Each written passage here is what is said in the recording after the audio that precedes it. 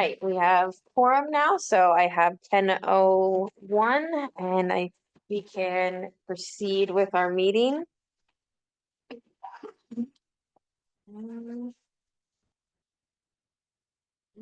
Can we get a roll call Yep. Alina Lang, here? Michael Duffy. Here. Robert Williams. Here. Lori Mickelson. Absent. And Bob Bolts also absent. All right. Thank you. Do you have any changes to the agenda? No. Okay. And this portion of the meeting is reserved for oral communications for anything that is not on the agenda and is in the purview of the district. If you'd like to speak, we have a microphone over here for you. My name is Bill Fittler. I'm a member of the Forest Lakes Firewise Association. And you may be aware of the fact that the Forest Lakes Firewise recently expanded from just the Forest Lakes Mutual Water Company area to include an area that is also covered by the San Lorenzo Valley Water District. And that happened to be my neighborhood. We've gone from about, I think, 300 homes to around 600, and 20 to 25% of them are within the San Lorenzo Valley Water District, at least by my estimate from not exact information, but just the maps. I'm here today because I saw on the agenda that you'll be talking about fuel reduction efforts, and a big part of what Firewise does is fuel reduction. And it looked like a very challenging set of requirements to go through for your request for qualifications. It will certainly be challenging for volunteer efforts. So one of the things that I'd like to understand is, can we get the water district to work together with Firewise communities, especially ones that are obviously adjacent to the properties that San Lorenzo Valley Water District owns and is responsible, at least on some level, for mitigating, given that these are, a number of these properties are in our Firewise communities. I'm wondering if I can place on the agenda a discussion of how the water district might work with volunteer Firewise efforts to do mitigation. Oh, taking notes. For the future agenda, I think that is an excellent idea. I know they're doing a lot of good things. I think we're going to be talking here in a little bit later on in the packet about future agenda items, and we can definitely bring that up and discuss that as a board in that slot there. Okay, and another question I have for this meeting, hopefully, will be how will the water district prioritize properties to be mitigated with the fuel reduction grant?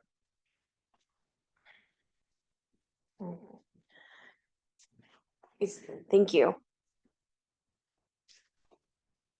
I'm John Jameson. I'm from the Felton Heights Firewise area, and we have a particular interest, as his group does, with mitigating the risk of fire. It came within 2/3 of a mile of my place, for example. I happen to be one of your next door neighbors up there. Another thought that has occurred to me is that there are various choke points along what are the ordinarily ways out of that area. And the water district is part of the total owner of some of those escape routes. The one that comes most to mind is the one that connects from the top of Lost Acre Drive to Felton Empire Grade. And actually, a number of us, including myself, have an easement in our tile store houses, which allows us to traverse that road because it used to be the only way in. What we would like to do is, as has been said by the previous speaker, that we want to make ourselves available to assist in keeping those escape routes free of barriers. For example, there's now one on a side road that happens to go right along the northern boundary of our property. A big tree has fallen across the road, and while it can be walked around, it landed on our property and otherwise fully obstructs the road to vehicular traffic, which is turning out not necessarily to be a good idea in a fire situation if somebody gets stuck. With things like that in mind, I think our group would also be interested in working with the water district to make escape routes available and usable. So I'll leave it at that. And if people need me to speak further, I am at my phone is 831-585-8342. You do the last four real quick, sorry. I'm sorry. It was 831-585. 585-8342.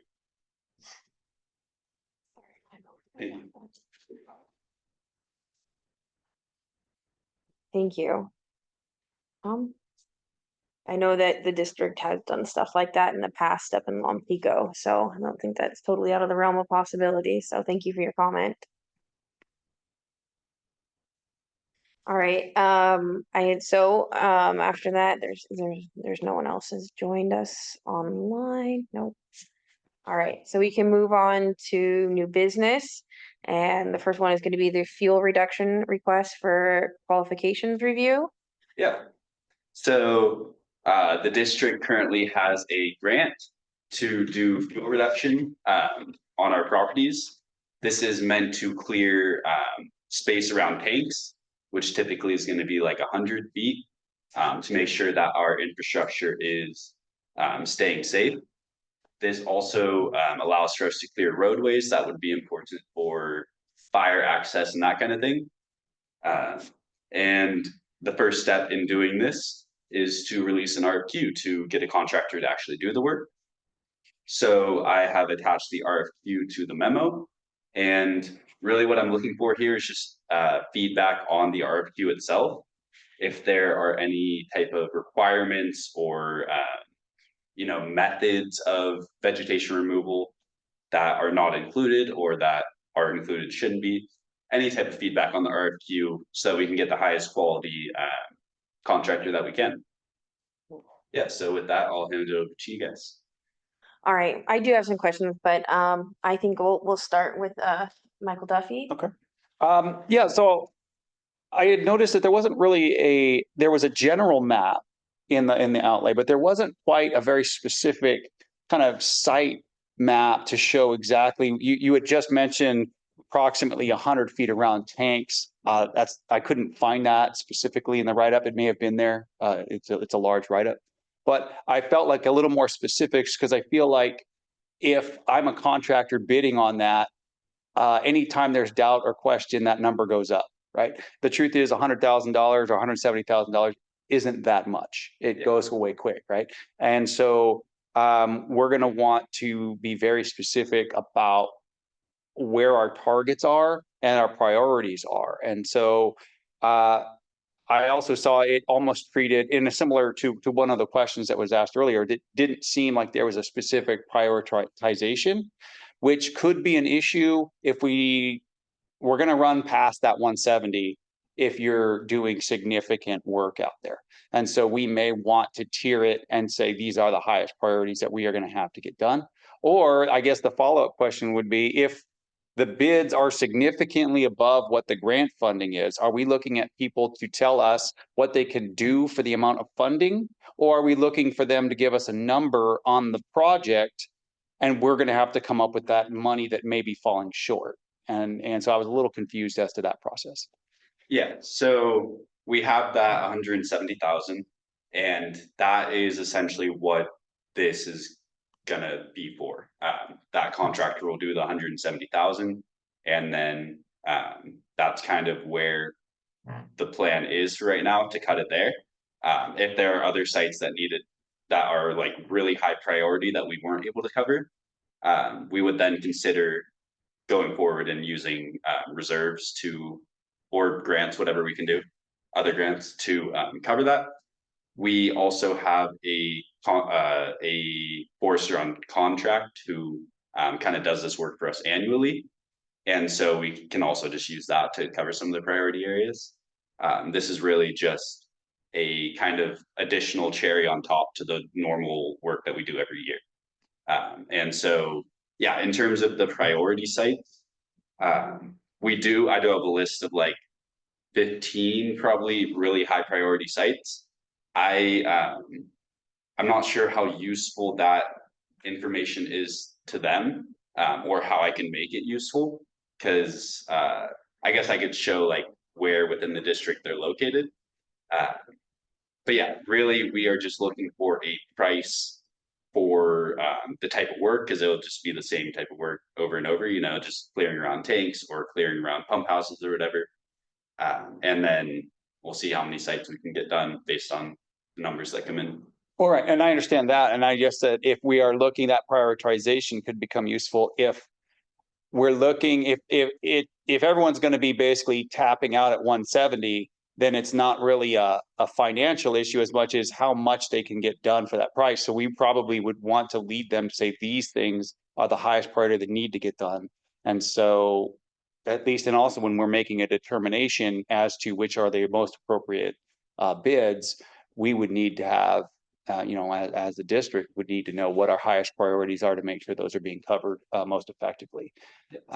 And then you did mention tanks, and I recognize that there is a cap on this grant, but infrastructure, road systems, pipelines, those kind of things probably aren't going to be able to get covered accurate or effectively, but should be addressed in some point moving forward, and that's got to be something we're looking at moving forward, because those are allowing that defensible space moving forward that are going to help protect not just our infrastructure, but the surrounding communities. Absolutely. And yeah, as I said, we have a forester who regularly does that work for us. We also have our operations staff who I've seen out there just last week going around our sites and making sure that they're clear. Mhm. So it's kind of a group effort, whatever we can, from our ops, from our I forester, understand. and from the grant. Yes. Okay, thank you. Thank you. All right, Robert Williams? I have the same kind of concerns. I'm afraid that the scope of a single bid is going to be too much for the amount of money that we have available for this. So are we planning on overrunning into other monies that we have set aside, or is this just what we've got? Well, this is what we have. And rather than them providing us a bid, which is why I kind of haven't gone with a request for proposal where they're going to provide us like we're going to spend 200,000. I want to go with the requests for qualifications where they're kind of saying how much it will cost per acre of type of treatment. And then we'll kind of just go by that number and see how many acres we can treat. Yeah, so it will be kind of more of a time and materials than a set number, and that's what they're working towards. And then we'll just use up the money to get as much cleared as we can. Okay, I had a specific question. They said that they're gonna be removing Freddy bark from below trees. I was just kind of curious about more like what that exactly entailed or what the definition of that was. Where is that one? Page 8. A on the big packet. Yeah.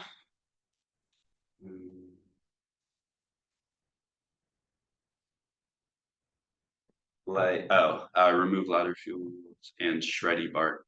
Yeah, I guess, I mean, that can be fuel if the duff or bark has built up a ton. That would probably not be our highest priority, Yeah. which is fair to note that, removing the weeds and the brush growing is probably more priority than that. But maybe on some sites, the duff and the bark has built up to certain levels, or if it you know, if we have eucalyptus around where it's really piling up. Yeah. But yeah, that's Okay, I could see eucalyptus. I was just like, I Googled it to see if this was like a term that was usually used, and all I just saw was like madrone curls. I'm like, are you gonna be out there shaving all the madrone curls off and the gorilla hair off of the redwood? Like, yeah, what that's is a good point. that? Does that actually mean? And like, how far are you gonna take that? Yeah. Did, Shredded did bark. you have a comment? Is, I- is that, I- is that like a I've been term? managing trees for 25 years. I've never heard that before. Okay, So, okay, yeah, okay. I thought the same thing, but I was like, yeah. Yeah, Shreddy bark. the thing I was like, I don't I understand. have my own beliefs of what shreddy bark is. Yeah. It's okay. Okay. Yeah, so I just yeah. Anyways, that was just my comment about that. And then I just kind of like, wanted to put this idea out there is something that I'm really interested in. I see we're chipping, and for large scales, I mean, you have to chip, but I really wanted to talk about like biochar and how like in carbon sequestration and how important that is because we are out there, and maybe not necessarily for this project when we do the 5 mile and we're downing a lot of trees, like those trees end up rotting, decaying, and putting that carbon back into the atmosphere. And if we turn that stuff into biochar, we're containing that carbon for a very long time. And it doesn't have to be an all chipping, all biochar, but some of our bigger trees, it might be something that we can look into. There's like I think it was Minneapolis City has. They're one of the first cities in America to have an open or operate their own biochar facility. And there's some very simple ways to do it that you don't have to go way up and over the top. So I just kind of wanted to throw that idea out there as far as our management. And I think we did have a question, and maybe it can be addressed here about our prioritization of this grant. I didn't know if you could talk to that. You said you had 15 sites. Maybe we could answer that question for the public. Yeah, really, the prioritization is just based on where looks really bad right now. I mean, I think we said for the grant, we have like 37 sites that we're looking to treat specifically, which are going to be tanks, wells, pump houses, all our really important infrastructure. Based on just our ops guys or whoever going around to the different sites and maintaining them. Some of them are overgrown. And so based on that, we just prioritize. It also will be obviously by the value of the site. We're not going to be prioritizing a empty lot that we own that's overgrown, that's not near anything or doesn't have infrastructure, as much as we are going to be, emphasizing a tank site or a pump house, as I said, that are vital to firefighting efforts as well as just keeping water flowing for the public. So yeah, really just based on the need of how overgrown they are, whether they are a vital site in terms of infrastructure, or if they are surrounding, other homes or other things which could be damaged. Yeah, so those are kind of three elements that I am using to kind of develop our priorities list. And then Alina, also to comment on the biochar. I think it's a really cool idea. I think it's largely, if we're going to be doing a large scale project, that biochar comes in. Like I've seen it up at what's the reserve up in Empire Grade? San Vicente. Yeah, San Vicente. Yeah. I've seen it there where they're doing like I don't know, a tens of acres project where they are doing thinning and a bunch of different practices. So they consistently every day have a bunch of biomass, a bunch of trees coming in, and they're then able to turn that into biochar. I really like the idea, but I think it will be for more larger scale projects if we go towards that in future years. The other thing is what to do with the biochar. There is kind of an overabundance right now in our county because there were so many kind of trees that have been left over from the fire. And so that's another thing, like you could previously kind of sell the biochar or use it, as a compost of sorts. But now it's kind of, there's an overabundance. So figuring out something to do with it. But yeah, I really like the idea. If we have the right kind of project come down the pipeline, I would love to explore that more.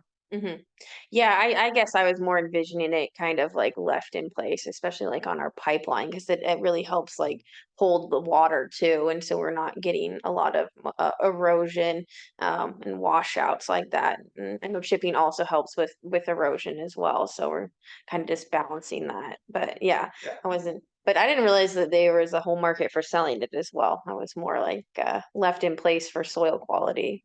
Yeah, it depends the type of product, but yeah, also for the pipeline, like a lot of our sites don't have access. And so getting whatever equipment you need to get in there to make biochar um is probably unrealistic for 5 Mile or Peavine. But maybe for some of our other pipeline projects that'd be possible. Yeah, well, I just wanted to put that Yeah. put that out there No, I as appreciate it. something else. All right, do we have any more comments from this panel here? All right, well, then I think we'll go out to the public. Do we have any comments from the public? Oh, You need to come up with the mic. you don't, I mean, no one's online. You don't have to if you don't want Okay, to. I'm a docent at Henry Cowell, and we're doing fuel reduction efforts there, including brush pile building and things like that. And they have this instrument, and maybe one of you knows that you can put the material in and it turns into biochar. Yeah. Does the water district have any connection or partnerships with state parks? We work with them occasionally, but I don't think we have a like I don't know, like a written or like a very deep connection. But yeah, we work with them on occasion. Okay, so how do these partnerships occur? Not only state parks, but also Firewise communities. Is there any formal mechanism other than people attending your committee meeting? I mean, really, it's just communication. There are different groups that can kind of help this to happen, but really, it's just showing interest, and then we can work from there. If if we don't hear about a possible collaboration, it's not going to happen. So yeah, simply just reaching out with an idea, and then we can take it from there. Okay, thank you. All right, maybe, no? No further comments. Okay, Thank you. okay. I appreciate your work. Thank you. Okay, well, I think we have fully covered that, and then we still have no one else online. So we can move on to the next item, which I believe was grants. Yep, so item B, grant priorities. Yep. So the district recently hired a grant writer, and part of the start of the grant writer's work is to create a prioritization table for grant funding. They have provided us a very initial draft, which I have included in here. I also included the 2021 funding needs analysis, and the also the grant priorities list, which is from our internal side of just what we think needs to get done. So I'm looking for any comments, mostly on our attachment A, the grant priorities, or the draft funding needs analysis. Anything that you think we need to cover that we're not currently covering, something that I have on there that you don't think should be a priority, anything like that. So with that, I'll hand it over. All right, we'll start with you this time, Robert. In terms of the tank recoating, what does that imply? Are we just talking the paint internal or? I am not completely familiar with what it is, but apparently it's a really important aspect of maintaining the tanks. Scott, do you? So there's there's an epoxy coating on the inside of the tank that keeps the metal from rusting, and it has like a 20 or 30-year life, shelf life, if you will. And then they go back in, they drain the tank, and they'll sandblast, repair any areas that are of issue, and then recoat the tank and rehang cathodic protection or whatever else that they do for it, and then put that back online after it passes inspection. Understood. So this is a long-term internal overhaul. Yeah, there's, I mean, like the tank at Brookdale is a couple 100,000 gallons, so got to put, a tank there temporarily, it's not gonna be a couple 100,000 gallons, probably be like 20,000 gallons of water as an interim spot, you know, as a pass through while the other tank is being worked on. It's really important that we get on a maintenance schedule for this because it's something that a water district has really delayed maintenance on, and it can we need to get back on top of that. So I really agree that that's a super high priority. On a side note, we do have cathodic protection on 90% of the tanks, and that inspection happens annually. And there's a monthly inspection or quarterly inspection that the electricians do to make sure that the cathodic material or items are working properly, that there's no red flags. And then they go out with the cathodic guy when he comes out.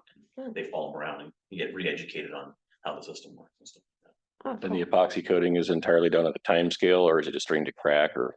I think it's a time scale thing. It just, you know, it like maybe separates from the metal on the inside and it causes, you know, starts some flaking and things like that. Well, I guess what is the trigger for repair? Is it based upon inspection and site conditions, or is it just, hey, 20 years is up, let's redo it? I think it's based on inspection. We have in the past had divers in all of our tanks. So you know, they come in and you know, like the redwood tanks, you know, they would put this quad epoxy on in certain areas that helps, you know, seal it as a water. So water, it's I would say it's NSF approved to use on inside tanks to seal up tanks from leaking. So we use get video, dive video. And that usually happens like every a year or two, depending upon, you know, what's needed. Thanks, Scott. You're welcome. Otherwise, no, everything else in the priority looks appropriate to me. All right. Michael? Yeah, thank you. It's a long list, right? And so I guess I was a little unclear because of that list. Is it exactly how the prioritization of that list was going outside of the fact that everything was on the list, right? And so where to, like, which was the highest priority versus lowest priority was a little unclear. And you're referring to the funding analysis? The funding analysis. Okay. Yes, and so another aspect about that is, you know, how much of the district's budget is reliant on grants? I'm a little concerned about that just by I mean, it's been a relatively firm grant process in the last decade, but I'm a little concerned that a lot of the very important infrastructural repair and fixes seem to be reliant on grants coming in. And I'm wondering if that might be a little short-sighted in the future. There may be other options besides rate raising that may be able to create some income or offset some of the costs. I know this isn't quite the time to do that, but I'm just wondering, has there been an effort to find alternative sources of income that may reduce our reliance on grants and may also take into account our expected maintenance costs that are going to be factored and are going to be an issue, and instead of just hoping that the grant money's there in the future, something more secure, I suppose. Yeah, so we're in the middle of a budget process currently for the next 2 years. And these really important upgrades like tank recoating, we have those included in the budget. The grants would be a help in terms of they would kind of cover some of those costs for us. And so that would help us with the budget.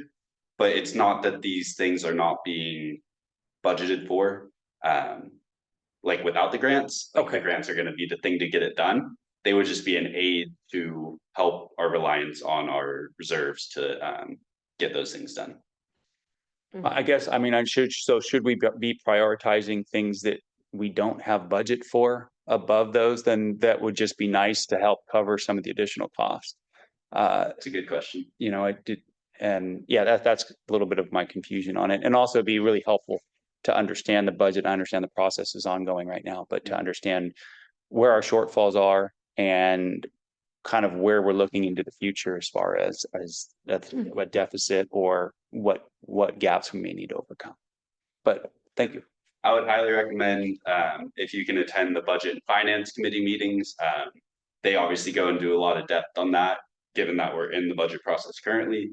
Our board meetings upcoming will also have a lot of budget focused items as we are preparing the budget. And so that would be a great avenue to kind of ask those questions and get some more detailed information on that. Thank you. Yeah, I think a lot of times when it comes to like grants, it's you have the grant and how do we write a project towards that grant? And so it's not like you're necessarily like, oh, we have this project, let's go find a grant. It's like, oh, these grants are available, what projects will fit to those grants? Yes. And where we can get some more supplemental on those projects. Yeah, I will note that a lot of the environmental projects specifically are kind of grant required. Whereas a lot of our, infrastructure replacement are like budgeted for, but a lot of the environmental stuff, as our current process is, it's kind of seen as like, oh, if we have a grant, like, great, let's do that. But like, if not, we're not gonna do some of it, like if we want to do something above and beyond what we're currently doing. Mhm. So I will note that environmental is a lot more kind of grant based than other departments. And I guess that was kind of one of my points, is to try and prioritize those things. I know a lot of people, a lot of landowners, a lot of agencies, a lot of organizations have been kind of skirting a lot of the fuels management issues, and for say 100 years or so. And it's real. It's not a judgment. It's everybody. And in order to try and catch up with some of that, grant money is kind of necessary at this point in time. And I think it's within the district's responsibilities to really take a responsible role of fuels management throughout, not just the neighborhoods, but throughout the entire property. Recognizing that it's a small community and it can all burn very quickly. So as much as we have neighbors close by to some of our properties, we have neighbors close by to all of our properties.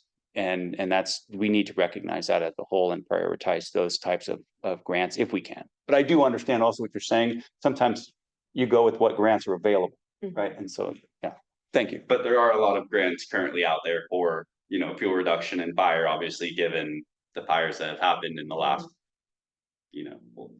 just the last 20 years, but specifically the last 5. So that's definitely something that we want to focus on. Yeah, absolutely. I think there's that's an easier kind of grant situation to go about as far as fuels reductions. It's like when we're talking about other things, it's like kind of more specific. Absolutely. And just to like talk specifically about, you said that the environmental is really funded by grants. Like I feel like this list is lacking kind of you and your department, and there is some things in here. But I would push you to, have some more projects that you would like to see some grant funding for. Like fuels is very important, but if there's anything else beyond that and you see some good grants out there that we could go for, I think tank recoding, I guess we can talk how that has an environmental factor for it. But, I'm just saying some more of those types of projects. But I had a question here. You said on high priority, and it's going to probably be confusing to these guys because they haven't seen the other list, but it says FEMA projects. But we got the capital improvement priority list, and all of the FEMA projects were all the way down at the bottom.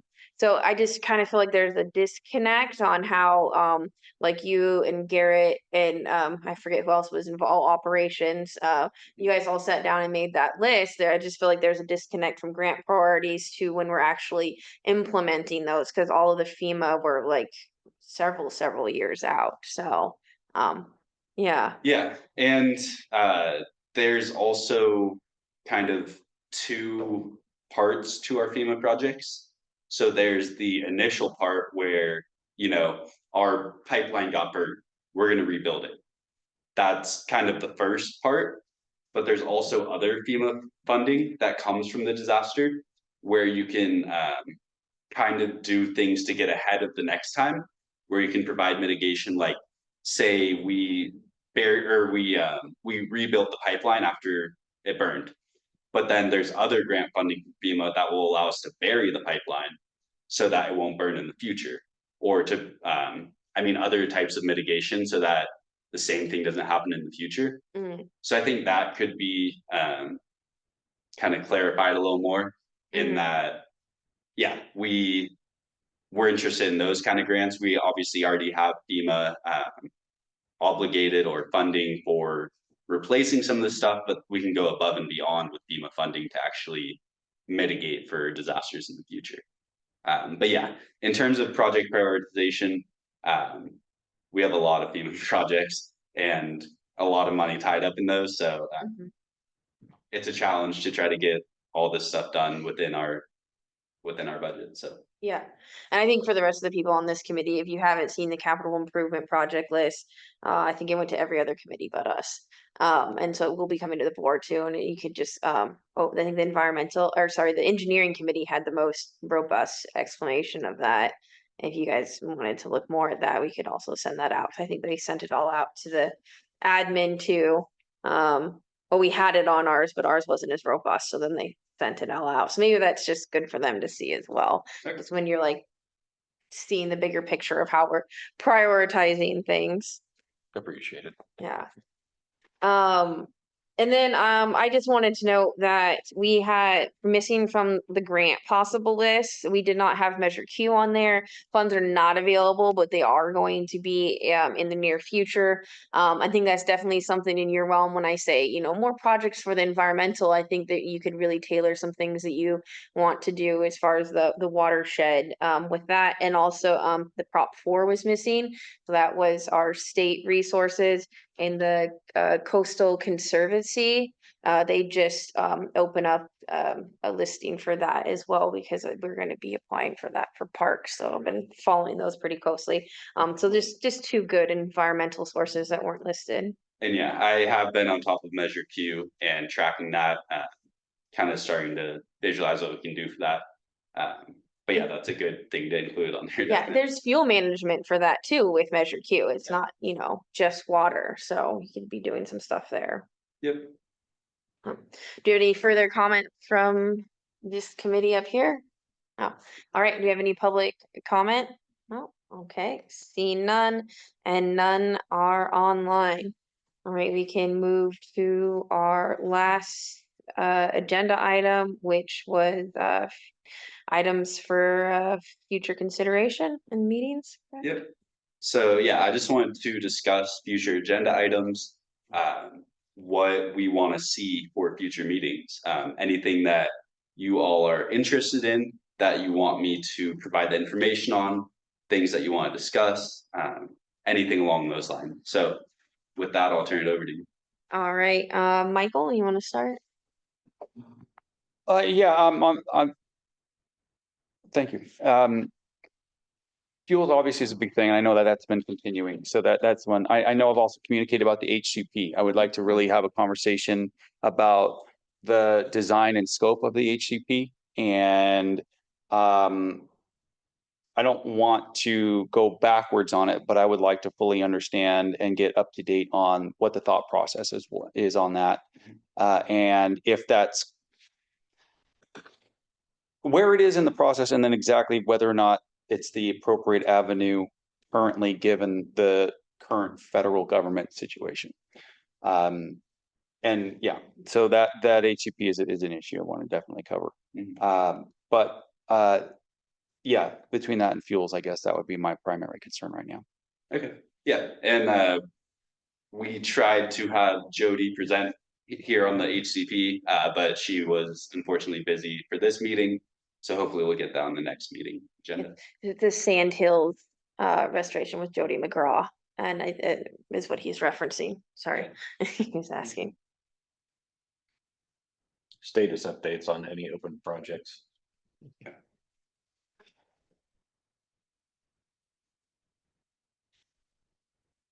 Robert, when you say open projects, you mean just on the environmental standpoint, or not just everything kind of going on? Everything touching environmental. If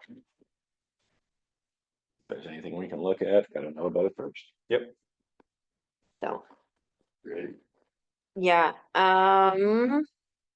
so I I would like to bring back talking again about the watershed education grants and what the district used to do with those, and if we can get some more, grant funding or money from the fact that we just are going to be doing this stuff with the Verizon cell tower, that we can use some of that money.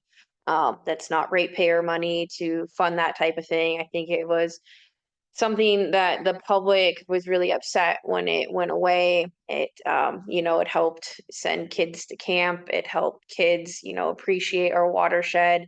I think it's a lot that we get back from our community just being present out there. A lot of people have kind of had, not the best feelings through the water district, and just to improve our relationship with our community, I think that'd be a really good avenue there. I'd also, any research opportunities. I think when looking at these watershed education grants, there was a lot of steelhead monitoring that was also cut at that time. And I think that's a very important thing that, we should be doing. And whether, I don't know, we had a lot of, what is it, the flow monitoring and river levels. I don't know if those got pulled or not, as far as like, we used to have data collection for that, and making sure we're still maintaining that. And it helps the water district in the future to show that we aren't impacting, instead of, saying that less data is more important. Actually, more data is helpful, because you say, oh, look, we're not impacting the fisheries, or, we're not drawing the water down too much. So just making sure that we have, good data, especially as we move forward with the conjunctive use, because how are we supposed to be able to write that without data? I want to see some more projects that we can do with invasive species removal on all of our properties. I know, we're doing it in the sandhills habitat, but like, where can we do that further? It also reduces fire, when we're removing broom from all of our properties. And it is kind of a harder one to do, but habitat restoration. I know we've done a lot of good things out on Ziante, which is our Coho Creek. Our wells out there can have a big impact on the water drawdown. So anything that we can do to increase the habitat out there, or on any of our areas. Yeah, so that's kind of what I would like to see in the future. Awesome, thank you. Oh yeah, for monitoring, we have a annual report that we get done in terms of steelhead monitoring, done by Don Alley. It's kind of a county-wide effort, but he also obviously goes into specifics on each creek. I believe that'll be released maybe early next month for public review. And also he'll have his presentation on his findings, which I would have to see when that'll be. But I believe that's open for public visit or viewing. So I can share the details on that with you guys. And we do still have flow monitoring, because we have to meet our flow rates. We can only take so much water, and we still have to maintain certain flows. So that's definitely something that we still have going on. Yeah, in terms of research and habitat restoration, all that, I would love that. I could use more staff to kind of lead programs like that. But yeah, we can definitely talk more about that, and I appreciate all of these ideas. The other aspect I want to talk about was our next couple of meetings for April and May. I will not be here for either of those meetings. So we kind of have three options that we can proceed with. One would be to cancel those meetings. One would be for me to prepare memos and the agendas, and then have you meet without me present. And the third would be to change our meeting dates for those to make it work for me. So I wanted to throw that out for you guys and see what you thought. Change the meeting date would be my opinion. Yeah. How significant of a change are we talking? Like a week or something, or Yeah, like just a a week. different, or just a different day, or? Let me see. So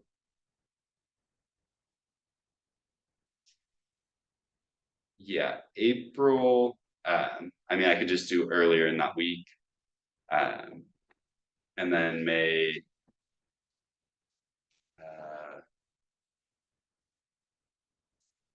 same deal. Okay, Okay, yeah, I think can we just have Jen kind of Yeah. send something out and see what works for everyone, and Yeah. we'll just change the dates. As long as everyone's on board with that. Yeah, Yeah. and I forgot this part, sorry, because you guys were here, and I did make note that I wanted to say for future gender items, I think it would be really important to bring something with Firewise and have that we had someone here from Forest Lakes and we had something here from Felton. And as we're moving towards this fire season, either on this next agenda or the agenda after that, to be able to work with these people and see what we can do for them. Because I think I was especially worried about that escape route where we have a tree across that, because I don't want to see anyone getting trapped. So, Absolutely. Yeah, no, that would be great. Okay, yeah, so we will reschedule those next two. Okay, and I guess public comment on that item. oh or yeah, unless we have- public comment on future agenda items. I would just reframe what you talked about with Firewise as I would like to see an explicit policy of how the water district will work with Firewise communities. You have a request for qualifications. It's a pretty formal document, but I think when you talk about efforts with volunteer groups such as Firewise communities, maybe even neighbors without being formally Firewise, it would be, I think, useful to have an explicit policy for how neighbors can work with you to get the mitigation done when it's not affordable by the water district. So are you discussing like, you guys coming and helping clear our property, or is it working together? Yeah, kind of. Yes, us doing clearing. Okay. Because, you know, it's gonna be low on your list, but higher on the neighbor's list. Yeah. Absolutely. Okay, great, Thank you. thank you. All right. Double check. I don't think still no one else online, just us today.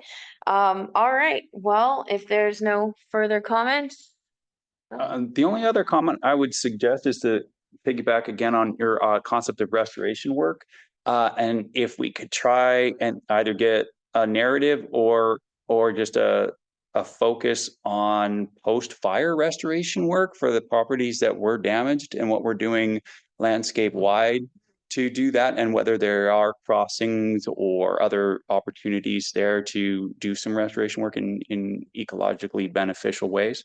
But also all the standing dead trees, what are we doing with those? You know, that's just creating a fuel situation. So what we're doing with the burned over properties would be really helpful. Absolutely, and we do have a report, our post-fire, I don't know, it's a really long title, post-fire vegetation management, recovery, whatever. And that goes into a lot of detail on what we were hoping to do, what we were planning to do. So it would be interesting to kind of maybe provide a status update as to where Yes. where we are in that process. Yeah, and that might help prioritize our grants to figure out how much more work needs to get done in that process. Thank you. I'm good. I think another thing we really kind of need to do is redo is our strategic plan, because I think all that was done pre-fire and all of that probably needs reworked, so we know what what our priorities are. What strategic plan are you referencing? Like a general overarching? Yeah, it was I don't forget what year that was done, SLVWD strategic plan. It's supposed to, strategic plans are usually like a 3 to 5 year. It was 2016. Is that really the last time it was done? Yeah, it just is kind of like an overall of like where the district is heading, what are our priorities, like where we want to go. And so they're supposed to be kind of a short-term planning document, and that's something that really hasn't been updated in a long time for the district. So it makes it more difficult to plan, but maybe as we're going through all of these prioritization lists and everything, that's something we can kind of work on. That's kind of an all general, all of you guys have to kind of come together, not just environmental. Mhm. Is that really 2016? I thought- 2019. Okay, okay, I'm just looking at an old one, 2019, but it's still pre-fire. Pretty old. So, and they're not really meant to be, a master plan's supposed to be, you know, that 10 to 20. And we're kind of getting in out by the time the strategic should be like a shorter amount of time, like 3 to 5, so. May I ask on that strategic plan, was that done in-house or was a consultant hired or how exactly was that done? I'm just wondering if the staffing level currently is set up to be able to get that accomplished, or if that's something we're gonna need to look into. I believe it was outside. That's the master plan. It's not in the agenda.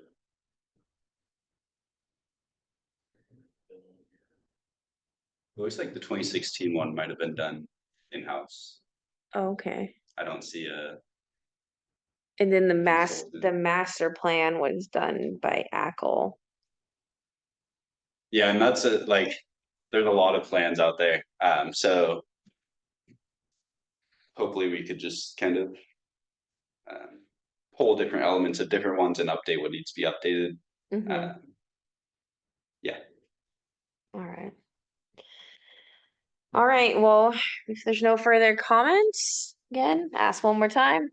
All right, well, I see 10:52 and we can adjourn this meeting. Awesome. Thanks. Thank you.